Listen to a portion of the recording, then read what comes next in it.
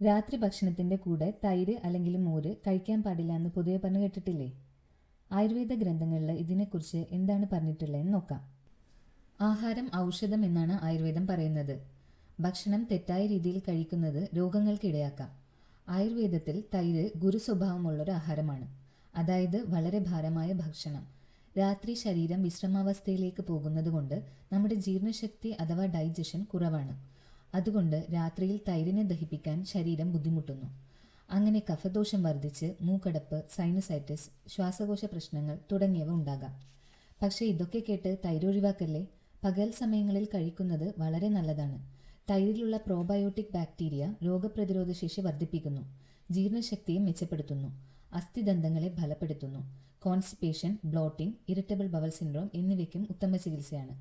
ഇതുകൊണ്ട് തന്നെ എന്ത് മനസ്സിലാക്കാം? തൈര് നല്ലതാണ്, പക്ഷേ ശരിയായ സമയത്ത് മാത്രം. അതുകൊണ്ട് രാത്രിയിൽ കഴിക്കുന്നത് ഒഴിവാക്കാം.